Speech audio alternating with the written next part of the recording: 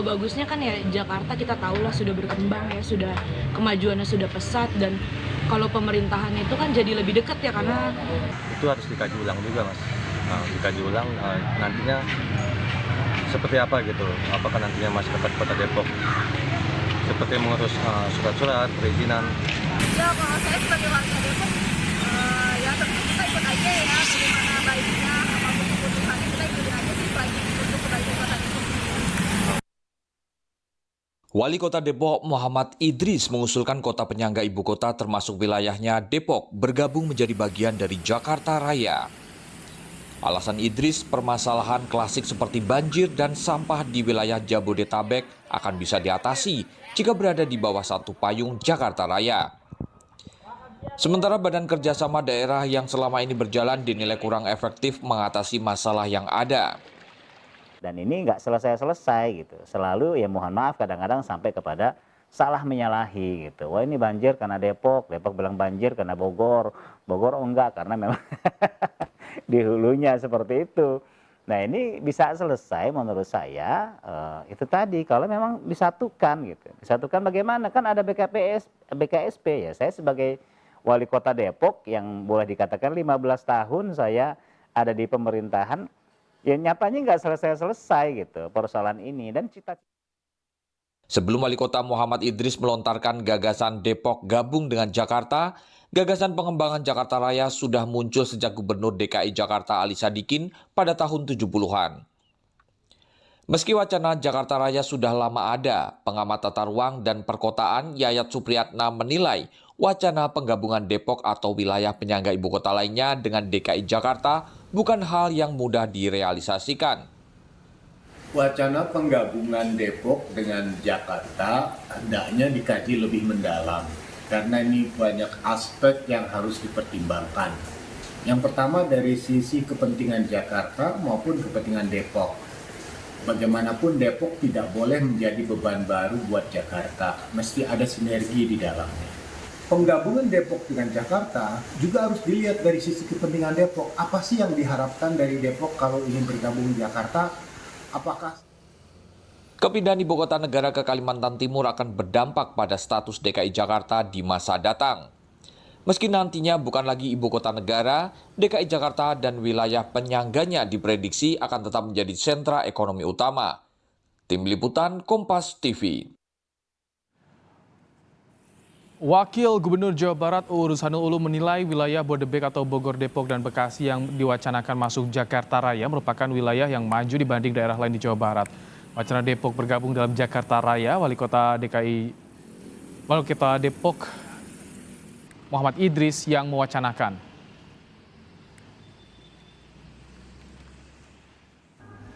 Jangan menyampaikan hal-hal yang membuat masyarakat memberikan tafsiran bahwa pemerintah provinsi tidak berhasil dalam membangun Jawa Barat.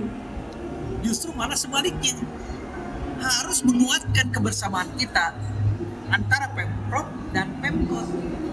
Apalagi Jawa Barat juara hebat inovasi kolaborasi. Apa relevansinya Depok bergabung dengan DKI Jakarta dan mengapa gagasan Jakarta Raya hingga kini tak pernah terwujud?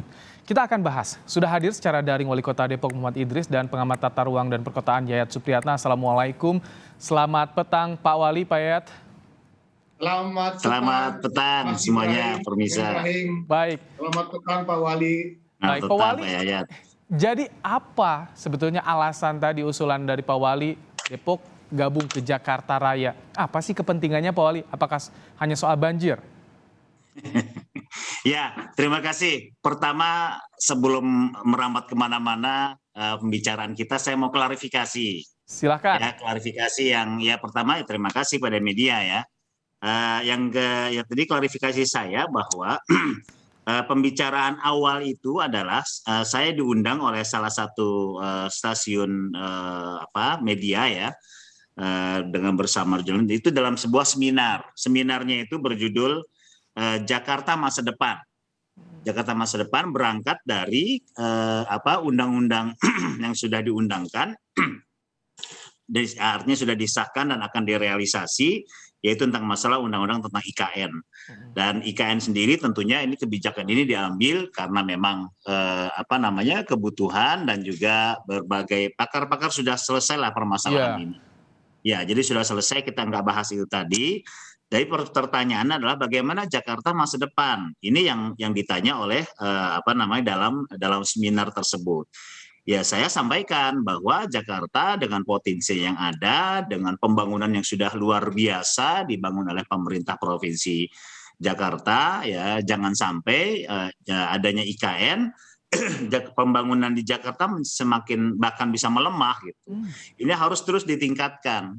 Nah, saya memberikan catatan pengalaman sesuai dengan pengalaman saya selama kurang lebih 13 sampai 15 tahun nanti.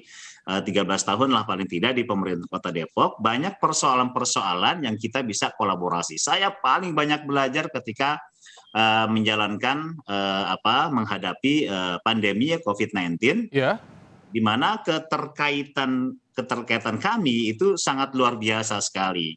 Dan koordinasi yang kita lakukan di Bodebek khususnya itu memang ada arahan dari Pak Gubernur, Pak Wagub kita jalankan. Tapi bagaimanapun juga tidak bisa dilepas kondisi Bekasi, Depok, Tangsel khususnya ya, Bogor dengan Jakarta. Pak Wali, nah dari pemikiran ini muncul. Oh baik, jadi garis besar benang merahnya nih, Jakarta masa depan akan bisa lebih kuat ketika IKN udah pindah kalau Depok dan wilayah sekitarnya Jakarta itu bergabung bersama-sama seperti itu Pak Wali.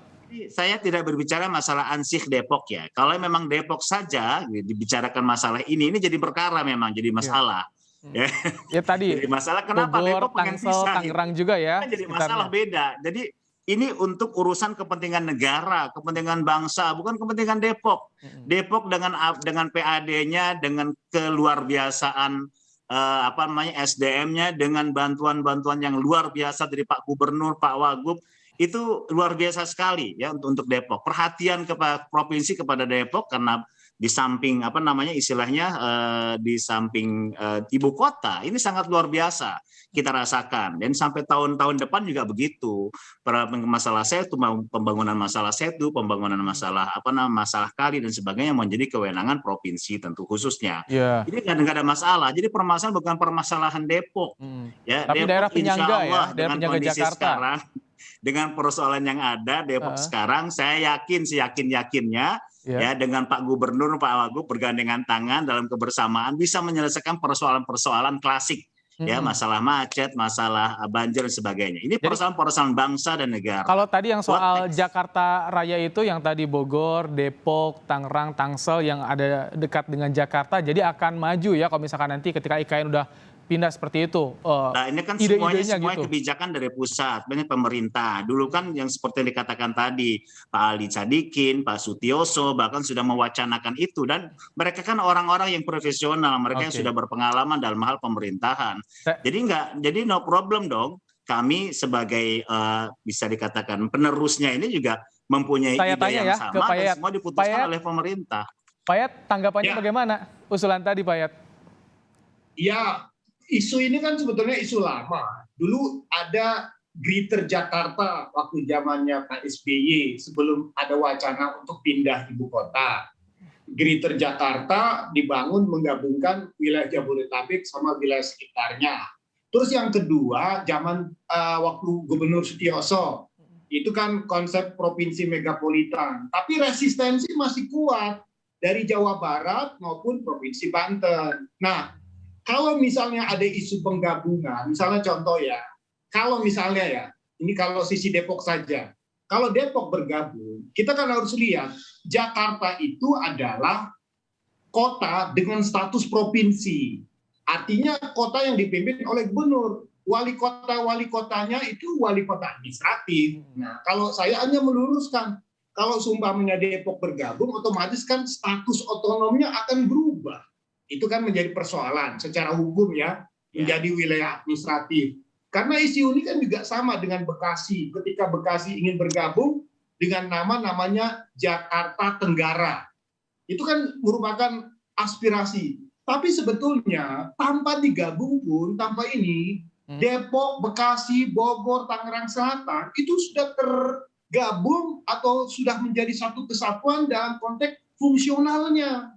Administrasi wilayahnya memang berbeda, tetapi secara fungsional antar wilayah ini sudah jadi kesatuan. Contohnya saja ya, kalau dilihat dari indeks pembangunan manusia di Jawa Barat, nomor 1 itu Bandung, nomor 2 Bekasi, nomor 3 Depok, nomor 4 Cimahi, nomor 5 Kota Bogor.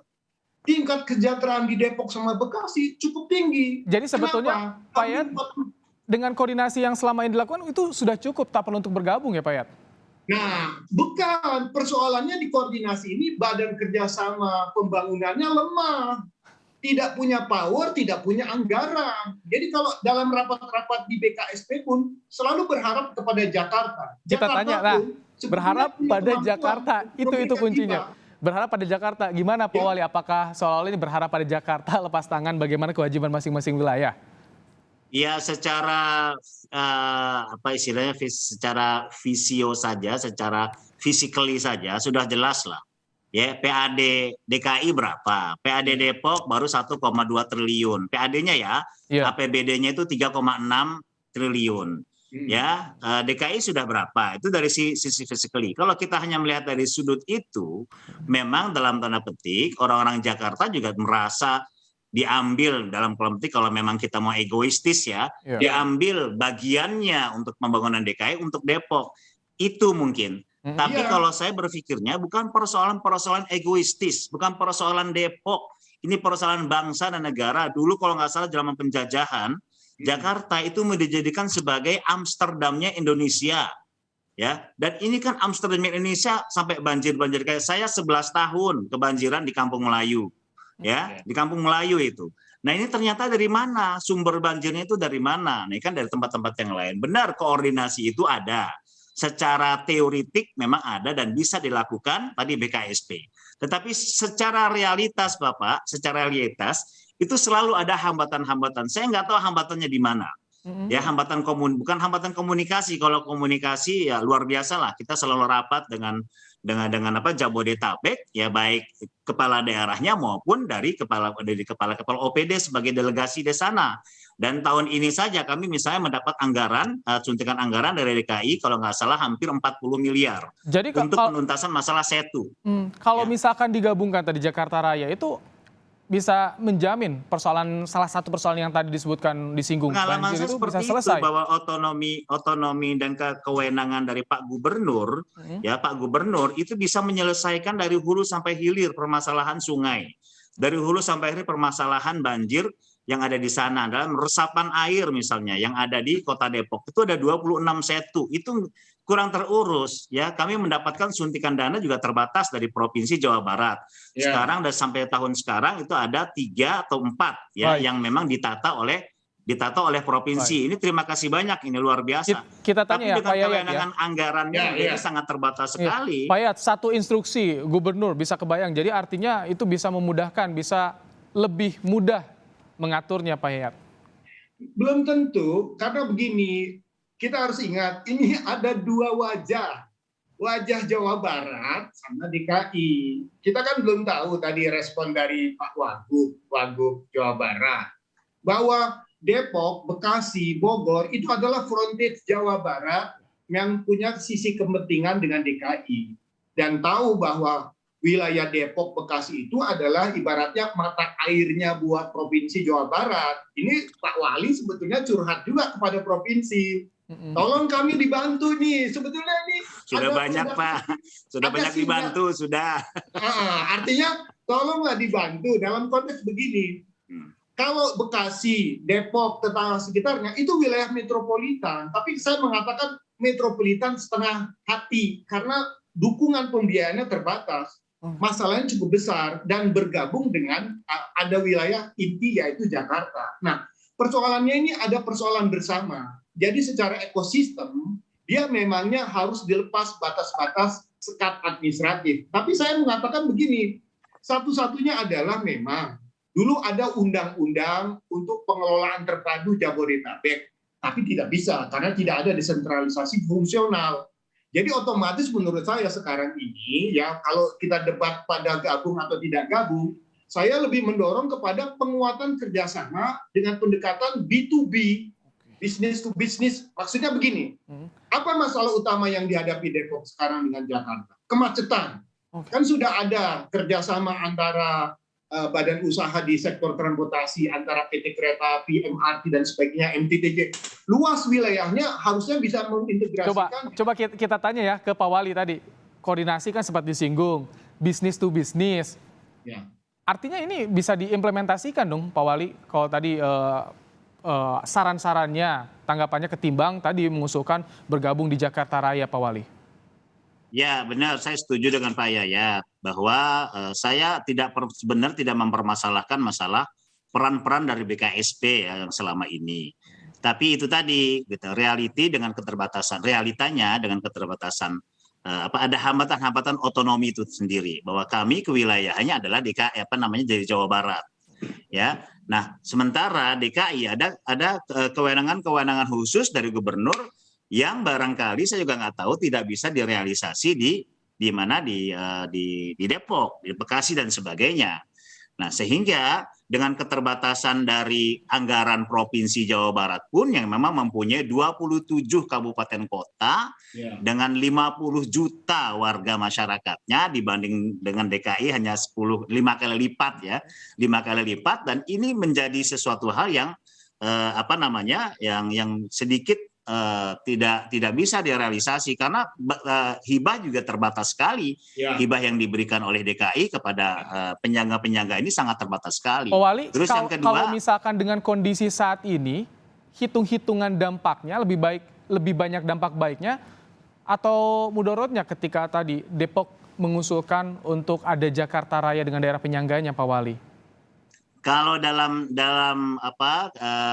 bukan kajian ini ya, dalam pengamatan saya, pengalaman selama ini ya, dengan tentunya ini dibicarakan secara birokrasi, secara yuridis, secara profesional dengan para pakar, duduk bersama, kita ambil semacam ada forum khusus, kita bicarakan masalah ini, jangan dikembangkan wacana-wacananya terus seperti ini sehingga nggak selesai dan mohon maaf sampai memunculkan ketersinggungan. Ini yang jadi masalah.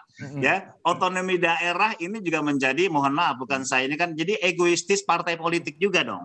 Iya dong, misalnya pengusung Depok itu siapa, pengusung DKI siapa, pengusung Bekasi siapa. Baik. Nah, ini secara teoritik seharusnya nggak boleh terjadi. Baik. Sekte-sekte ini. Baik. Tapi kenyataannya nggak bisa lepas kita dari kepentingan politik. Terakhir ya. Itu yang saya maksudkan. Kita tanyakan nih Pak Yayat, kalau misalkan isu ini terus bergulir, apa sebetulnya yang harus dipersiapkan, tantangannya bagaimana, dan bagaimana pula tadi wilayah penyangga di Jawa Barat harus menghadap ke Provinsi Jawa Barat soal ini? Ya, pertama begini, sebentar lagi akan ada revisi Undang-Undang Status Jakarta. Dengan adanya Undang-Undang IKN, otomatis kita punya ibu kota baru. Per 2024 sudah resmi. Nah, selama masa transisi ini, bagaimana status dan kedudukan DKI itu harus dipertegas. Apakah seperti menjadi daerah khusus, atau ada suatu otoritas yang bisa mengintegrasikan kewenangan yang melingkupi sampai ke wilayah sekitarnya, misalnya ke Bogor, Bekasi, ke Tangerang Selatan. Karena sebetulnya di balik rancangan undang-undang ini sebetulnya ada ide untuk memberikan mandat kepada DKI untuk dalam tanda kutip mengambil alih beberapa persoalan yang dianggap sangat urgent yang mempengaruhi hubungan antar wilayah. Saya setuju. Hibahnya sangat terbatas selama ini. Tetapi dengan pendekatan kerjasama antar daerah, kemudian dilaksanakan oleh suatu badan usaha milik daerah secara bersama-sama, solusinya lebih cepat dibandingkan kita berwacana terlalu luas untuk menggabungkan secara keseluruhan. Ada celah yang ada di depan mata sambil nanti menunggu bagaimana proses peralihan IKN. Kita akan tunggu bagaimana juga koordinasi wilayah penyangga dengan DKI Jakarta ke depannya seperti apa, karena ini tentu semua berpikir untuk kehidupan masyarakatnya tentunya. Terima kasih Pak Wali Kota Depok, Pak Muhammad Idris, dan juga Pak Yayat Supriyatna, pengamat tata ruang dan perkotaan. Terima kasih telah berbagi pandangan dalam program Kompas Petang.